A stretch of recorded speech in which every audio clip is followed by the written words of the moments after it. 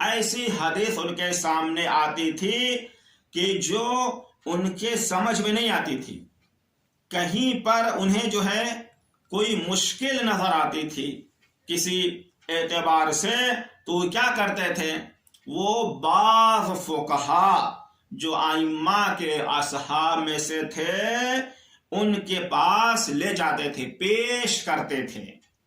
پیش کیوں کرتے تھے؟ کیونکہ یہ فقہا تھے، ٹھیک ہے، ایک منزل پر پہنچے تھے، علم امام سمجھنے کے روایات کا ان کو علم تھا، ان کے پاس جو ہے پیش کرتے تھے۔ جیسے جو مشہور ترین جیسے جناب زرارہ کی بات کہاں پر موجود ہے؟ اصول کافی میں موجود ہے، کہ جس طریقے سے آج جو مثلا یہاں پر ہیں اساتذہ ہیں، اگر کسی روایت میں کوئی مسئلہ کوئی مشکل آتی ہے تو اپنے اساتذہ جو درس خارج دیتے ان کے سامنے پیش کرتے تھے۔ اسی طریقے سے فقہ کا علم رکھنے والے جو ہے ائمہ کے اصحاب میں سے وہ بھی ہوتے تھے، لیکن وہ فقیہ کے درجے تک نہیں پہنچے ہوئے ہوتے تھے، تو وہ کیا کرتے تھے، ان روایات کو جہاں پر انہیں لگتا تھا کہ کہیں کوئی مسئلہ ہے، کوئی دقت ہے، سمجھ میں بات نہیں آ رہی ہے، کسی طرح سے کوئی اشکال اور اعتراض ہو سکتا ہے، وہ لے جا کر جیسے جناب زرارہ جو اس لیبل کے فقیہ تھے ان کے پاس لے جاتے تھے۔ کیوں لے جاتے تھے ان کے پاس؟ سوال ہے کہ تاکہ وہ اپنی نظر دیں، جو کچھ وہ سمجھ رہے ہیں وہ ہمیں حکم شرعی بتائیں، اسی کا نام فتویٰ ہے۔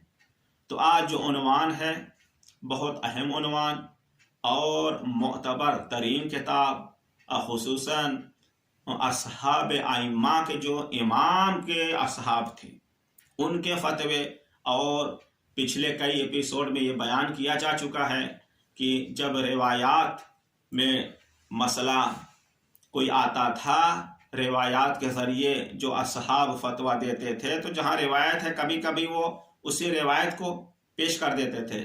کہیں پر ایسا مسئلہ ہوتا تھا کہ اپنے جو کچھ وہ سمجھتے تھے، تو فتویٰ دینا جو ہے اور فتوے پر عمل کرنا، یہ خود ائمہ کے زمانے میں ائمہ کے اصحاب جو یعنی فقاہت تک پہنچے ہوئے تھے وہ فتویٰ دیتے تھے، اور دوسرے ائمہ کے جو اصحاب تھے جو فقیہ نہیں تھے لیکن علم دین حاصل کرنے کے لیے ائمہ کے پاس جاتے تھے، وہ فقیہ نہیں تھے، تو وہ ان کے فتوے کو بیان کرتے تھے، اور جہاں کہیں کوئی مسئلہ آتا تھا تو ان سے جا کے دریافت کرتے تھے۔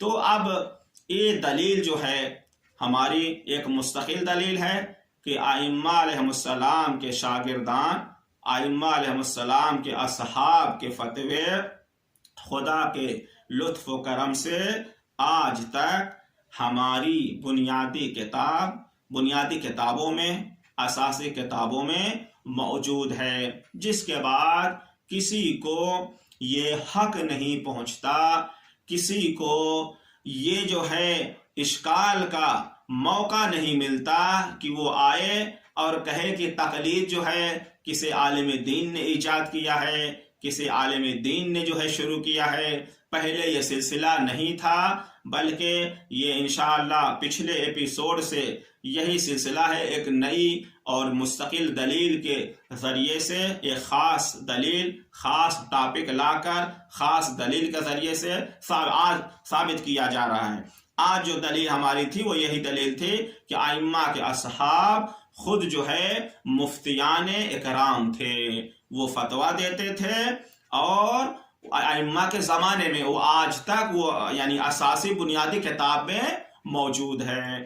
تو اب جو ہے کوئی گنجائش نہیں ملتی۔ انشاءاللہ تعالی آئندہ کے ایپیسوڈ میں جو ہمارا یعنی پروگرام ہوگا انشاءاللہ، وہ دلیل یہ ہوگی کہ جو ائمہ کے اصحاب تھے، جو ائمہ سے روایت کرتے تھے، ان کے فتوے جو ہے آج تک موجود ہیں، نقل ہوئے ہیں کس کے، ابھی تو کہ کتابوں میں موجود ہے جو ان کے فتوے جو ہے خاص طریقے سے کتابوں میں نقل ہوئے ہیں روایت کی شکل میں.